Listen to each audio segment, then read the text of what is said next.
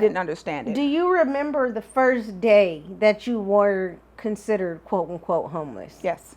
Tell me about that day. That was the day that I realized I could not reach into my purse and pull a key out to go into a home or an apartment. And that's when it really hit me, and I just like burst out in tears. And my kids were at the park. They were at the park, they were playing, and I was in my car like, I really don't have a key. You know what I mean? Like, it really hit me like, oh my God. But I had to be strong. You know what I mean? I had to be strong for my kids and just see it through. Because I'm like, look at it like the glass half full. At least you're in your car and you're not under a bridge. Yeah. And so that helped me to get through as well.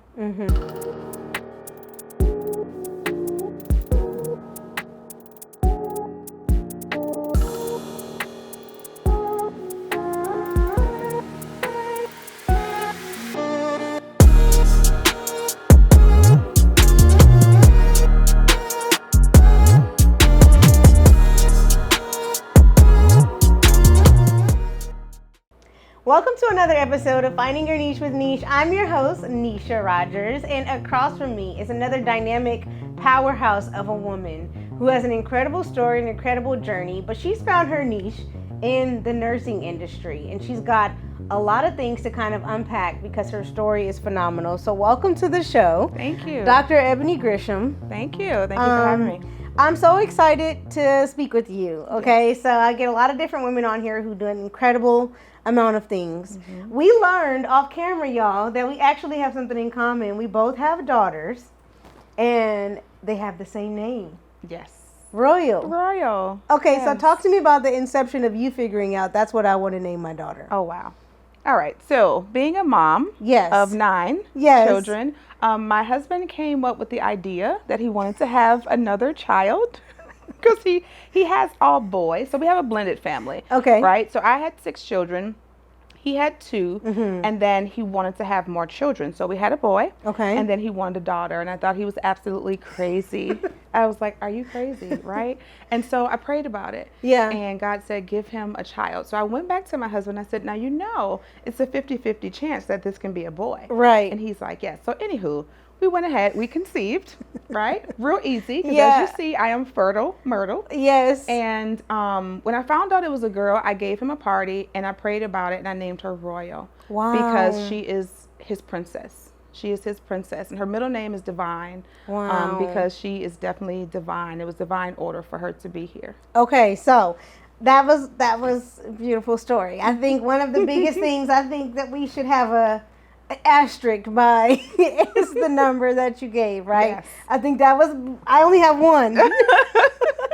Okay, so how many kids do you have? 10. 10 kids. 10 total. Wow. Yes. What is life like? And how do you just say it so like, oh, I have 10 kids? Yeah. Like, how do you just say it's it? It's like the Brady Bunch, you know, the Cosby Show, the Gresham Show. Yes. So they range from 6 to 26. I had my first daughter when I was 16. Okay. So I was a teen mom. And then they just started coming. And I even look at my kids to this day and I'm like, where did you come from? Yeah. But again, I birthed 8. And 2 are my bonus children. Their mom passed away when they were young. Okay. They were very small. They're 18 and 23 now. They were about 5 and, 7 or 8 at the time. And their mom passed away from breast cancer. And so, of course, we got custody of them. And I've been in their lives ever since. Wow. And so God trusted me with more. Right. Wow. And so that's how I have 10. Oh, my goodness. Okay. What is life like as a mother of 10? Whew. Where do I start? Crazy. That's what I can say. It's fun, but it's crazy. Okay. They keep me on my toes. They're all different. They have different personalities, different ages. Obviously, it's 7 boys and 3 girls. But it's crazy. It's really crazy. It's like, it helps me in the management field. I will say that. So like when I manage people, I'm like, oh, I got this. Because at home, it's just like this. You know what I mean? It's like, it's crazy. But it's a blessing. It truly is a blessing because they keep me on my toes.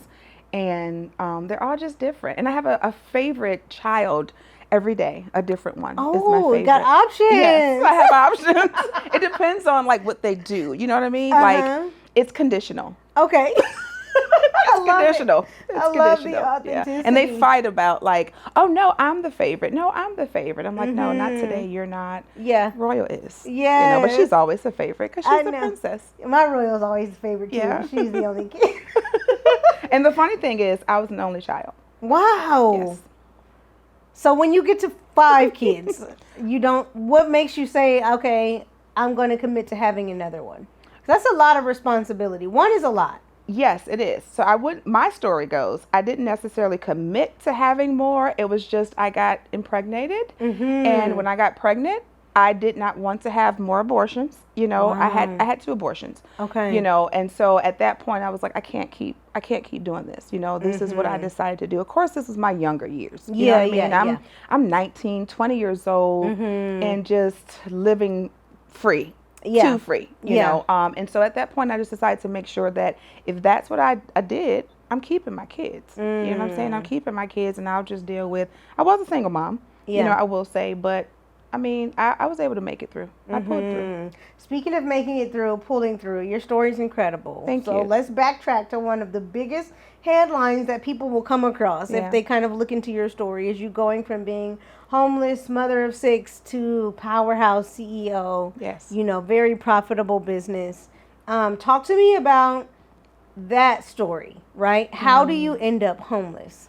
So I was living in poverty, obviously. Like, I'm a single mom, you know what I mean? I have 6 children. I'm in nursing school. I'm on welfare. I'm on WIC. Girl, food stamps, Medicaid, anything you got, we needed, you know? And so, but the math wasn't mathing. You know what I'm saying? This is when you're making, $7 an hour. You know, I think the most I made was $10 an hour. But you know how much housing cost. You know, I had food stamps, but I had to sell food stamps in order to pay bills and things like that.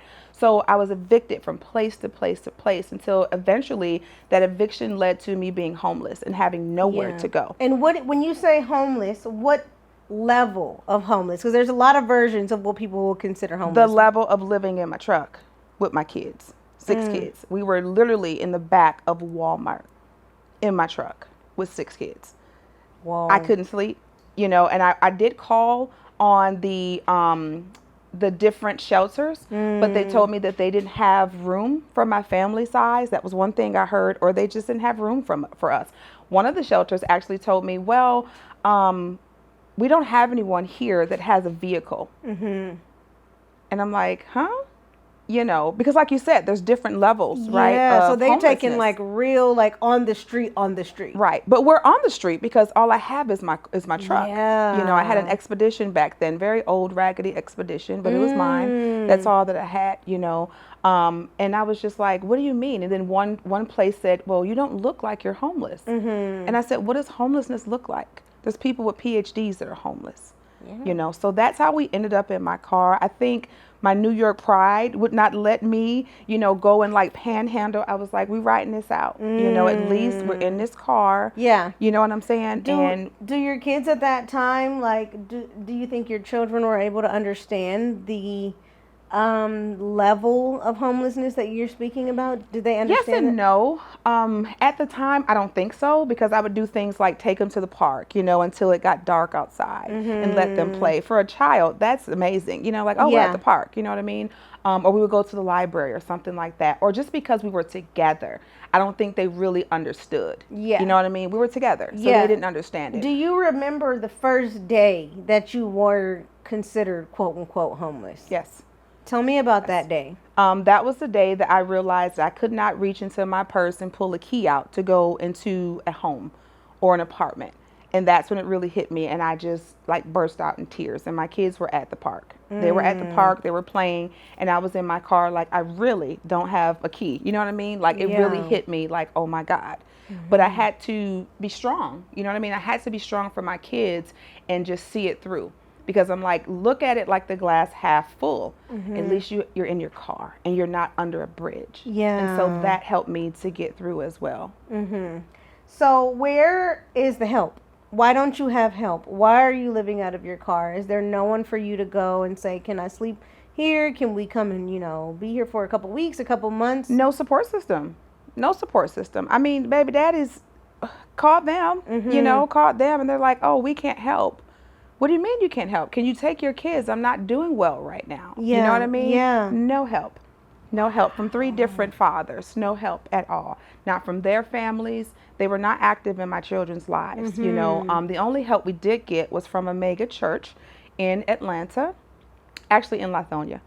They did eventually help us. We were out in my car for about 3.5 weeks in my car, and then I would continue to go to church every Sunday. Yeah. I would go to church, and then the pastor came out, one of the bishops. He came out. I don't know if I can name who it is, but he came out. He saw my stuff in my car and my kids and was like, oh, absolutely not. Wow. Absolutely not. And they put us into a hotel up on Panola Road for about 2 weeks. We were in the hotel until I could find a place. And then I found a place, and they paid for it for about 2 months for us and got us off the street. Oh my. What level of humbleness did you have to take on to find yourself in this predicament where you have 3 kids, you're living out of your car, there is no help externally, and 6 kids. 6 kids, yeah.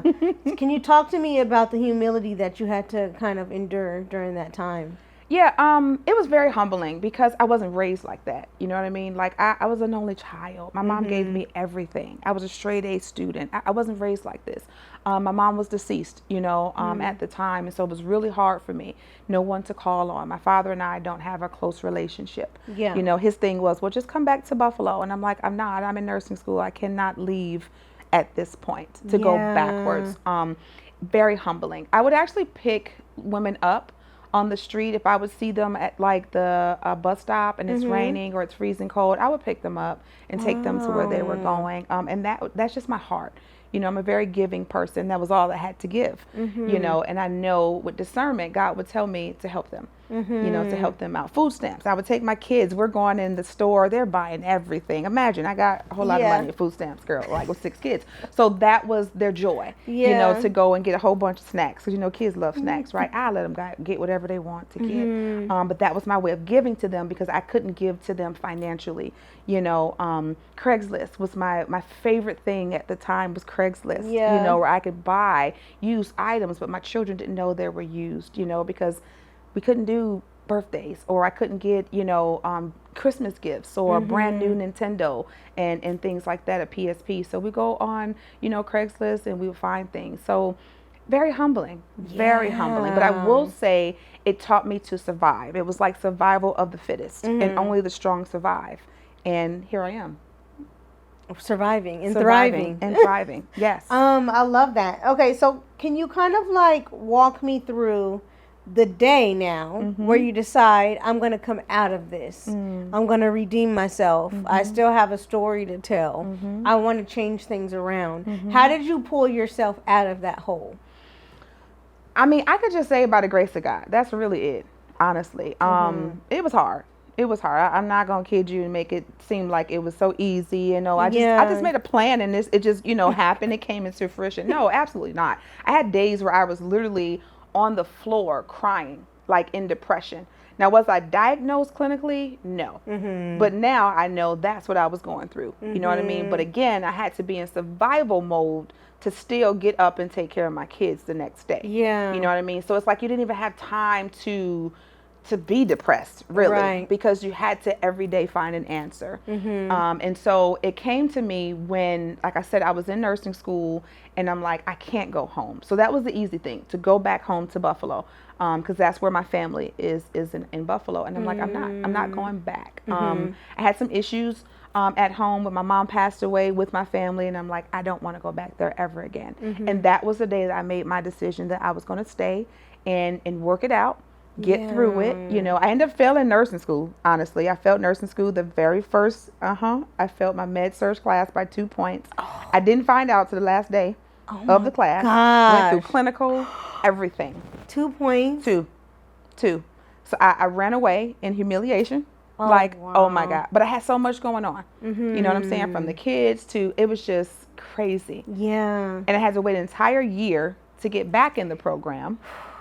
1 whole year to get back into the program to do it all over again. But by the grace of God, I passed with a B the second time. Because I told my kids, I was like, look, as long as y'all don't burn this house down, You know, I'm about to put my head in these books. Hey, this is what we have to do. Yes. You know, my oldest child, unfortunately, and it happens, you know, in the African American community, she had to help take care of the smaller kids. You know what I mean? My mom was out at clinical, and I started working at Grady Hospital. I was a patient care tech. You know, wasn't making a lot, but it was something. Yeah. You know what I mean? And we pulled through. We pulled through, but it was hard. It was rough. Yeah, I think speaking of, you know, your daughter having to kind of, you know, hold some of the weight, so to speak, for the household, I think one of the most magical things about kids is how they can kind of lift us up in a moment and just being their natural, beautiful, spirit-filled, joy-filled selves in the middle of our desperation. Can you think of a time where one of your children told you something that kind of like served as a catalyst for you to keep going? Yes.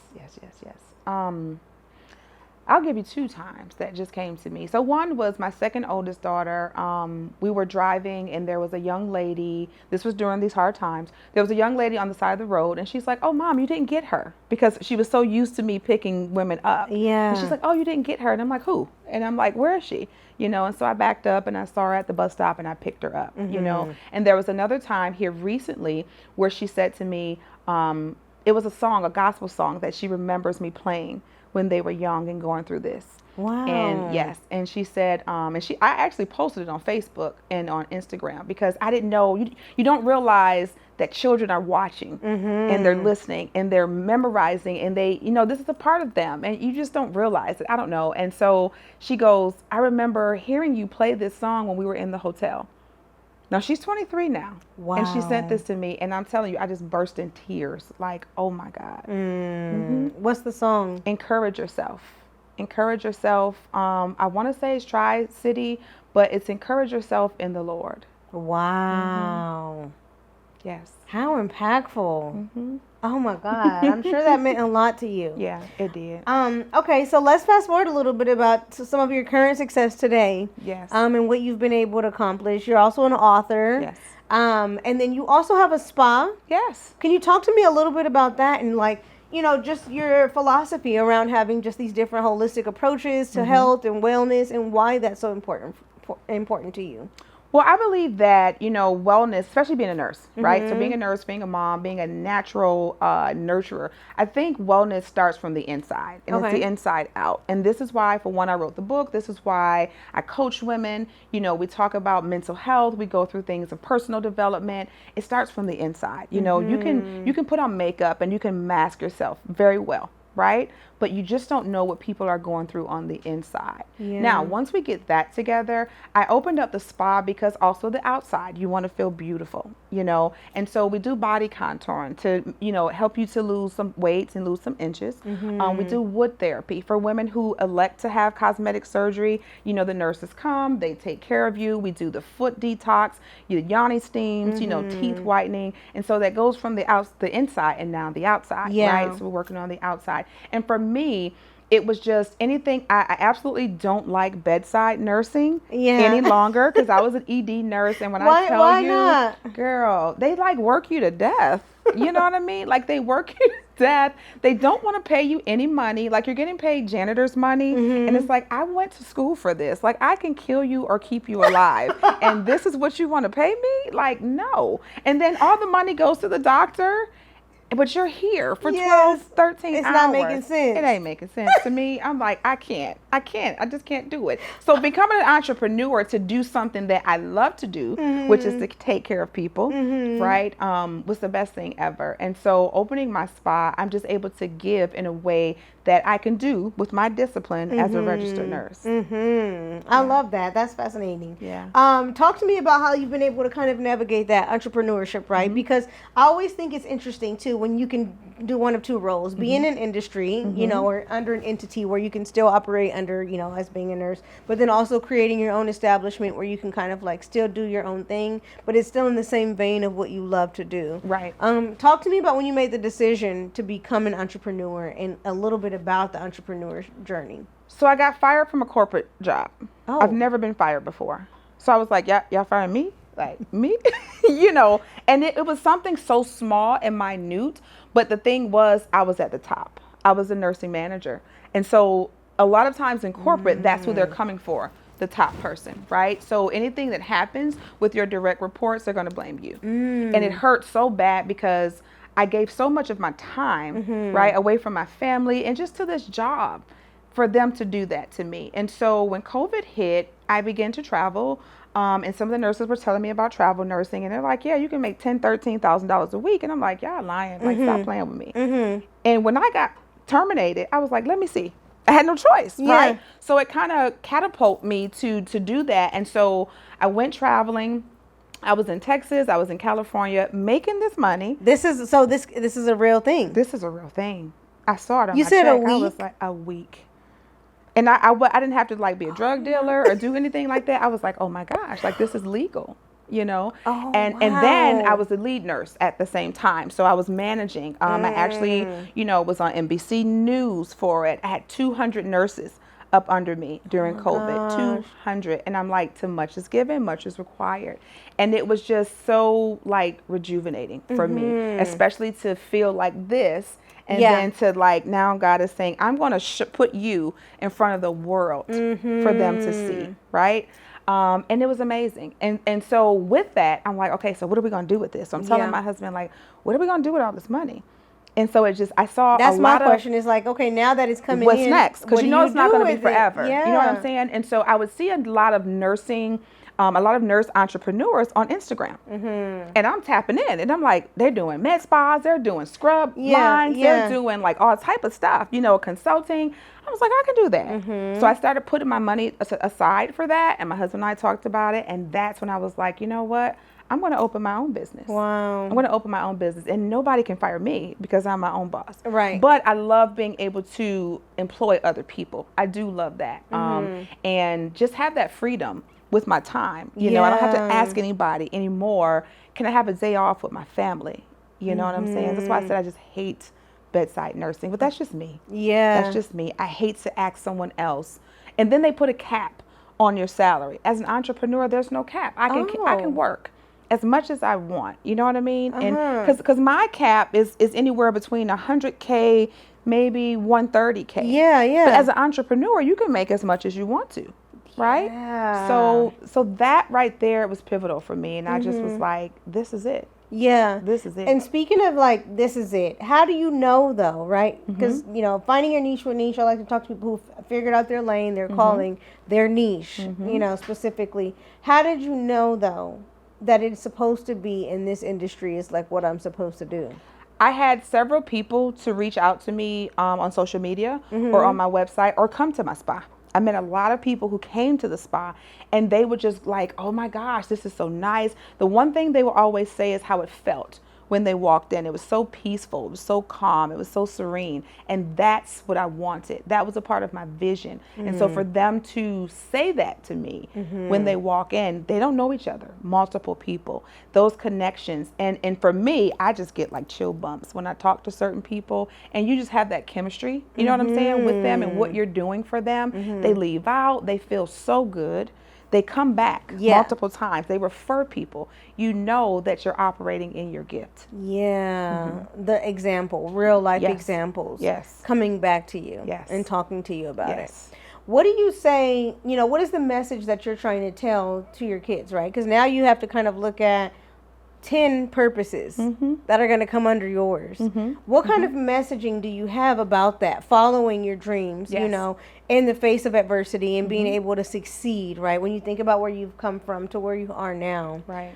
What kind of message would you give to them about following after your dreams? So I would say we fell out about that, right? Because as you see, I'm like, girl, I'm a student always. I love school. That's me. Right. My kids don't. They're like this new generation. They're like, I'm not going to college. And I'm like, what? Because that's how I was raised. You know, you going to college. 18 years old, boom, you're off. You see what I'm saying? Like I was at Howard University at 18. My kids are like, I don't want to go to college. And I'm like, well, you're going to do something. So we had it out about that. I'll be honest. So now I'm okay. You're okay if your kids don't go to college? I'm okay now. I'm all right. Because there's other things that they can do. Yes. You know, and then I had to realize if that's not your thing, why am I going to waste money and waste time and you go get this degree and you do nothing with it. And now I done spent $30,000-$40,000 on this university for no reason. So I had to come to that realization. You know what I mean? As their mom. So I'm good now. But I have a daughter that's a barber. I have a daughter that's a makeup artist. My thing to them is, regardless of what you want to do, be the best at it. Like, rock out. Be the best at it. Don't just be mediocre. Yeah. Don't just be average. Own it. Own it. If you want to be a makeup artist, own it. Have your own studio. You understand what I'm saying? Like, don't, and I'm not saying don't work for someone, but have a plan to where you own your own stuff. Yeah. You're the business owner. You're the CEO. You run your entire career. That's good. Yeah. Have you ever had anybody tell you that having 10 kids is irresponsible? Girl, I don't care what people say. That's why I wrote my book. They would never tell me that, but people may think that, you know, especially before I became doctor. Like with the doctor, people respect you more, you know, so it's fortunate but unfortunate. Before that, yes, like somebody like my dad, right? He would say that, you know, like, why do you have all these kids? Now he's the same person. Oh, my daughter is a doctor. You know what I mean? And my daughter is this. And it's like, oh, really? But what about when I was struggling and I needed your help, right? You made me feel like this. You didn't help me. You didn't help me because of the past mistakes that I've made, you know. And again, I didn't have necessarily the guidance. A lot comes with that. It's in my book. You know, a lot comes with that, from the childhood traumas, you know, to psychological things that go on with you, to you becoming a mom at 16 years old. You're a child yourself, right? So you're going to make mistakes. You're going to make mistakes. I lost my mom at an early age. That was my primary support system. So again, you're going to continue to make mistakes. I didn't get a chance to grieve properly. Now you're making more mistakes. You know, you're looking for love in all the wrong places. Daddy was never there. So all of that, yes, leads to, you had a lot of kids, you know, but I will say, I might not have even been here on this couch today if I didn't have my children, especially like when my mom passed. You know, they were everything for me. They were my reason. They were my why. When I was homeless, they were my why. Why do you keep going? Why do you not give up? If I didn't have them, I probably would have gave up. I probably wouldn't even be here. Yeah. That's incredible. Were you close with your mom? Very. Okay, Very. I'm close with my mom too. Very. Like, I was the only child. It was just me. You know what I mean? And for me to be her only girl and her baby, very close. And at the time, I was like really upset with God. Like, why? You know what I mean? Why take her? And that's all that I have. You know what I mean? But yeah, I got through that what do too. you miss most about your mom? Just being able to talk to her, you know, during hard times. You want to make me cry right now? Oh. No. I miss everything about her. You know, just, she didn't get a chance to see all of the kids. She didn't get a chance to see me graduate, to get married. You know what I mean? Like, I had a big picture of her on the front seat at my wedding, you know, and I knew it was there, but it was something about the song that I played at my wedding. Kelly Price, He Proposed to Me. And there's a part in the song where she talks about calling her mother to tell her that she's, you know, he proposed to her. And I broke down. You want to make me cry on this podcast? Yes. And my son gave me away. Like, my oldest son gave me away. So we're walking and he's holding my arm, and that part on the song came. And girl, it was like a wind that went past me during that part. Oh my God. Right at that part where she's talking about calling her mother. And I just broke down. And my son, he was only 12 at the time. He's looking at me and he's like, are you okay? Because, you know, we didn't plan for that. You know what I mean? We didn't plan for that part. And I was like, yes, I'm okay. I was like, give me a second. Because I knew she was there. Yeah. I knew she was there, you know. Yeah. But I miss that. You know, I miss being able to show her, look, I may have acted a fool. You know what I mean? Made some poor choices. And she always loved me. Never just, she'd cuss me out. Yeah. You know, she did. My mom was a drill sergeant in the Army. So she'd cuss me out. Yeah. But she loved me. Yeah. You know, regardless of how many kids I had. She couldn't have any more children besides me. So people say that I had my kids from my mother. You know. And so she would always say, what you going to do? Every time I called her, I'm pregnant again. What you going to do? You know, I'm like, I had my baby. You know what I mean? So I think just having her there, having her there and seeing me now, those monumental moments where I want her to be there when I cross that stage and they say, you know, Dr. Ebonee Gresham. I would have loved her to be there to see that. But of course, she's there in spirit. Yeah, sure. Yeah. What would you say, like, out of all the things that you've kind of been able to accomplish, you know, with all of the different accolades you had, all of, you know, what your kids have been able to impart into your life, the value that they've added, because you've done so many different things. What is it that you are most proud of? I would say keeping my kids together. And what I mean by that is some women go through stuff, and I've had defects called on me by family members when you should have actually, if you felt that way and thought something was wrong, you should have took these kids as a family member. If you're my cousin, right, you're my aunt, take the kids. Don't, subject them to being with just anybody, because anything can happen to them. But wasn't nothing wrong. It was just them being ugly, So I would say I pride myself on keeping my kids through it all. Every last one of them. They got to see the grit, the grind, and the glory, baby. Get the book.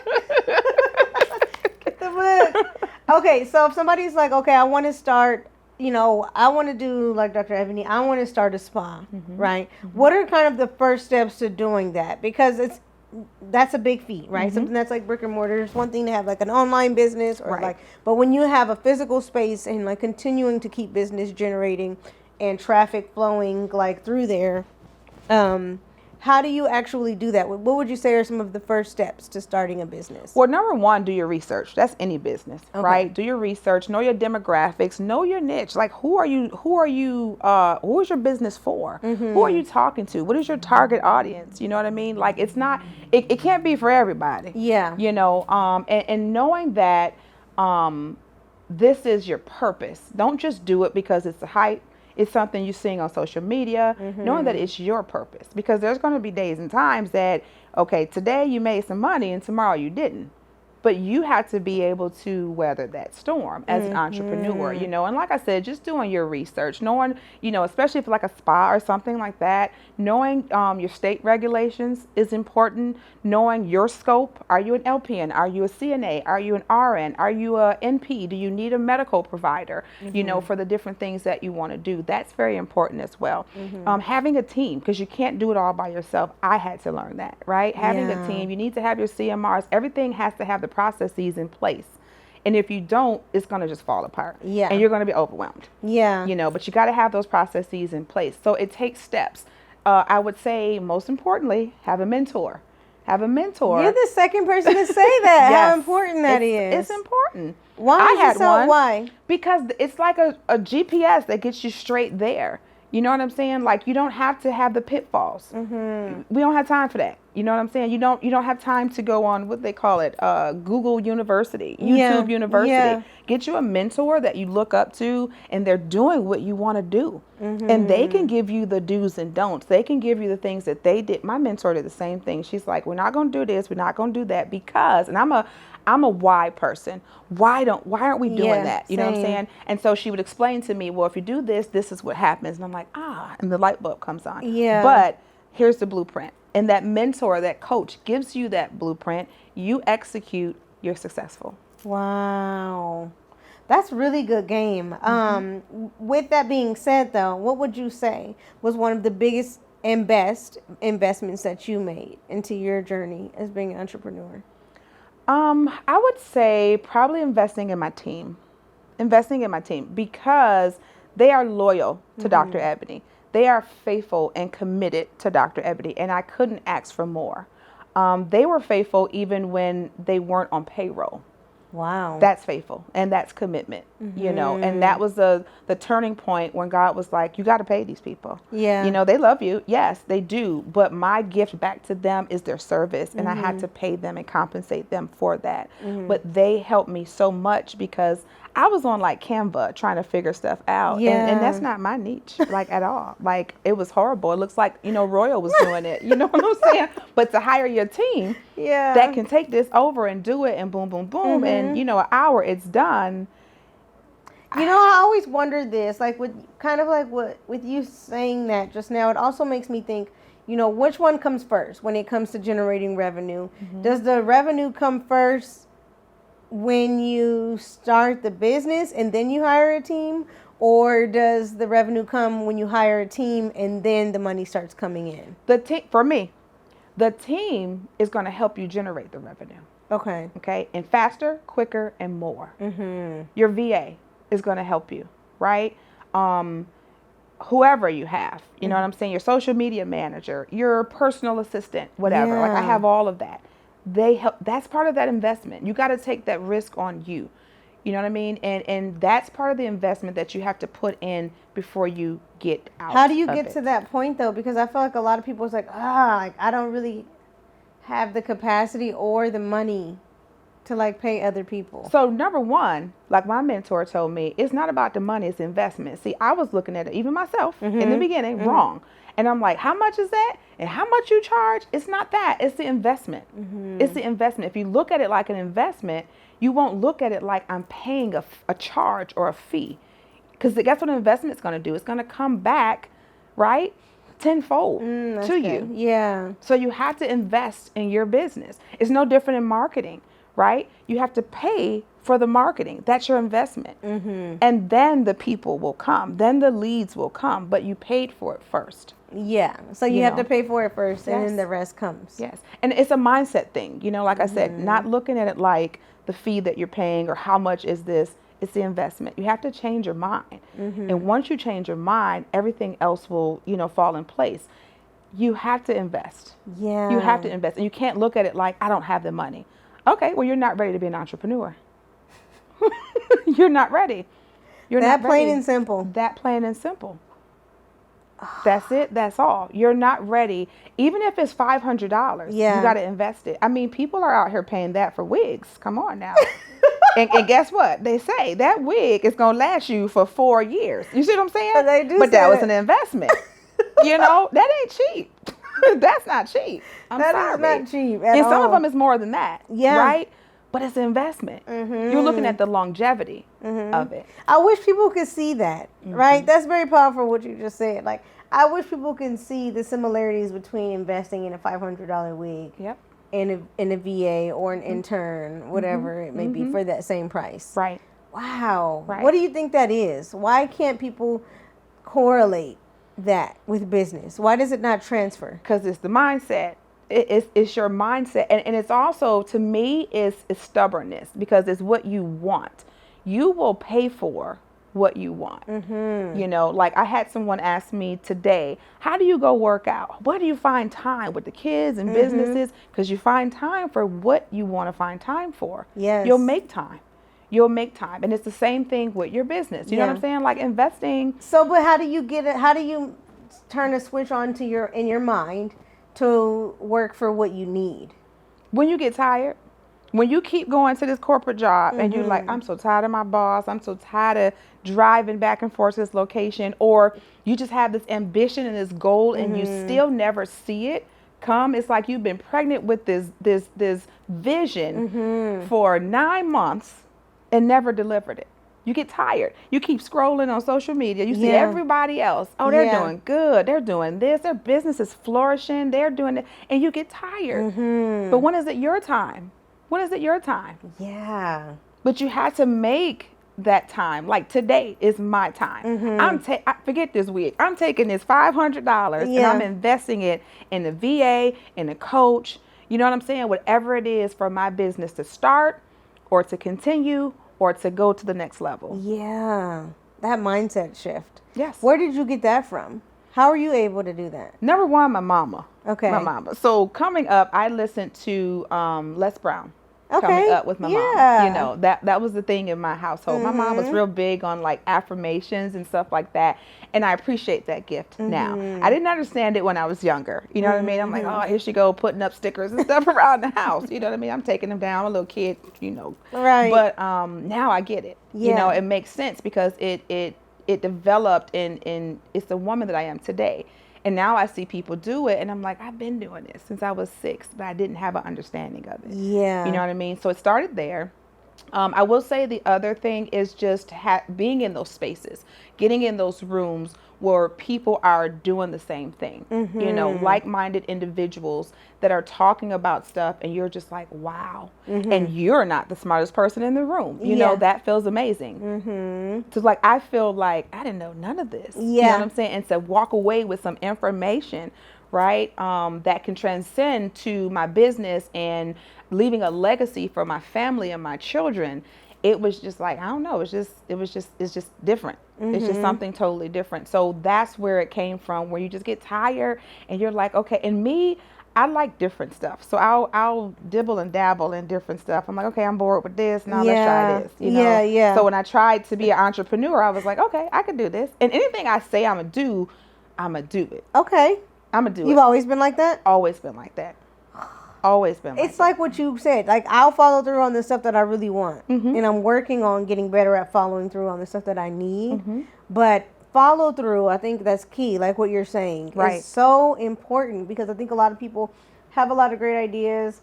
You know, they start a lot of things, Mm-hmm. but being able to finish and being able to execute is Yes. a whole nother, like, ball game. I mean, and being consistent too. That You part. know, because like you said, it's a follow through. But what happens when it doesn't so-called work, or you feel like it's not working, or, oh my God, I'm not making the money that I thought I was going to make? Keep going.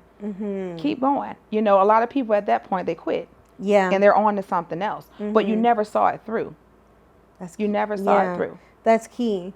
Where you are today, is this something that you kind of visualize? I know we talked a little bit about affirmations and other things, but let's say when you are on kid number 2, Absolutely not. where did you think, what was your vision for your life? So I wanted to be a doctor. Okay. I wanted to be a medical doctor. Okay. I would say. And that's what I went to Howard for. I went for pre-medicine. I wanted to be an OBGYN. So that's what I saw for my life. Okay. When I took care of my mom when she was in hospice, and I was like her nurse, right, per se, is when I realized I wanted to become a nurse. And so that's where the shift, you know, kind of happened. I did try dental assisting school. I went to be a medical assistant. I went to be an LPN. I didn't get in the program for LPN, but I got in the RN program. So, yeah. you know, but yeah, I never And saw what's the this. difference between the two? For people who don't get the acronyms, like, Yeah. what does that mean? It's just a different discipline, and you have just different things that you can do. So, for example, an LPN can't hang blood, you know what I mean, where Okay. RN can. Your disciplines are basically the same, honestly, but just a little bit different. So Okay. you have like an MP, you have an RN, you have an LPN, you have a CNA, you have an MA, licensed practical nurse, registered nurse, nurse practitioner, Oh, God. medical assistant, It's you know. getting deep. You need all of us. Yeah. Basically, it takes all of us in this whole, you know, continuum of care for your patient. But it's just a different discipline. You know, we have different practices that we practice under, like under the Nursing Practice Act. But like I said, it takes all of us in the ecosystem for healthcare. Yeah. Speaking of taking a village, I think people found a whole new respect for the nursing industry and nurses at large during COVID and during the come on. pandemic. Yes. And your business and the need for what you do and your service, you saw an extreme influx of occupying that space during the pandemic. Yes. Can you talk to me a little bit about that season and how you were able to kind of show up? Well, that's when I went traveling. You know, I went traveling and I worked at different hospitals because that need was there. Yeah. I did speak to one of the CEOs of one of the major traveling companies, and what she said was that primarily it was African American nurses that showed up, you know, and a lot of people didn't know that. But we dropped everything, you know what I mean? Families and everything to go serve. I see it like a serving for the military, but we wasn't recognized as the same, you know, if that Yeah. makes sense. So if something happens now, the military have to go and they go and serve, they're recognized for that. Yeah. You know, the nurses were not. At one point we were heroes. The next minute it was like we were like zeros, you know, and that didn't feel good to us as nurses. You know, it was just like, we need you right now. And then, okay, thank you, bye. Yeah. You know, Yeah. because I'm real big on, even right now, why aren't our student loans being paid? They should be paid for the service and the work that we just did. Many of nurses front line lost their lives, lost family members, you know, just like everyone else. But Yeah. we could not stay home.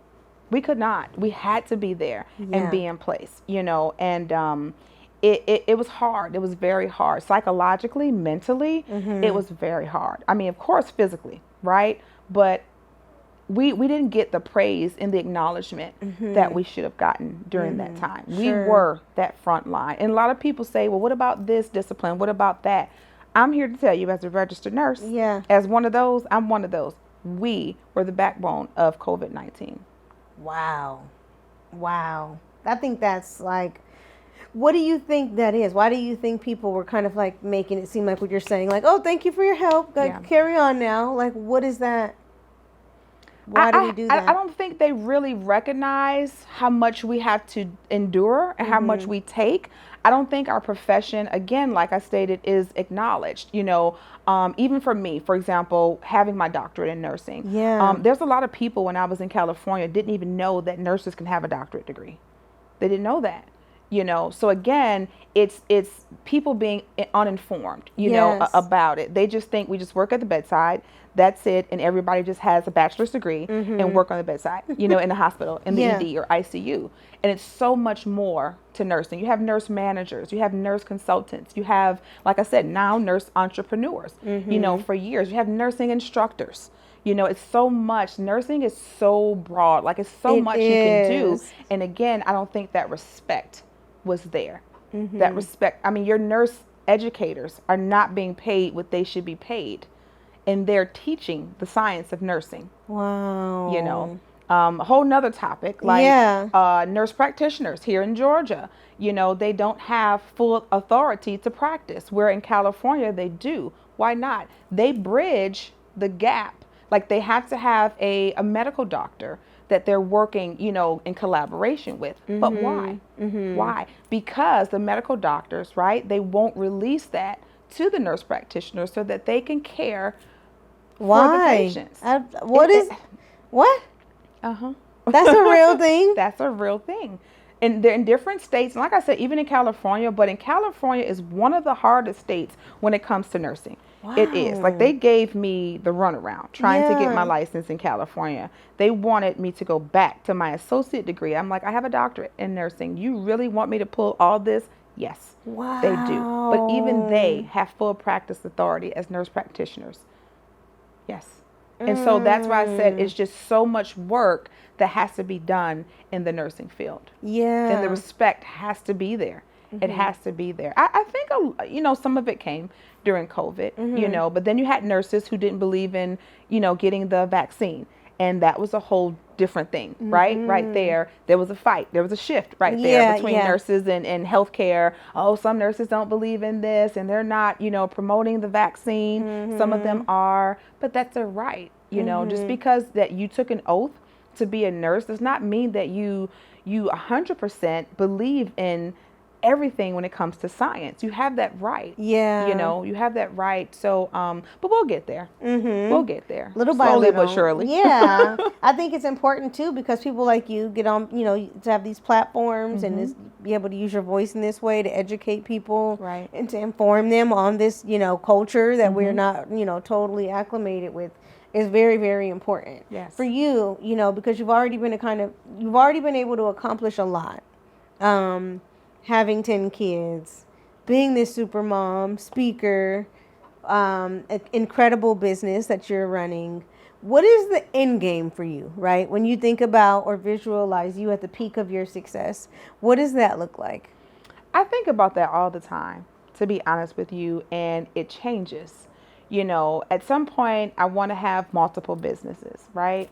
But then the real me, like my heart, I want to have one organization where women can come and they can have a voice. That's really what I want. I want to be this renowned household name. Everyone knows Dr. Ebonee. They're going to know you with 10 kids. Like, that's the thing. They cannot forget you with the 10 kids. And it's funny because that came to me at a mastermind that I was at. I was at a mastermind listening to Dr. Delatoro.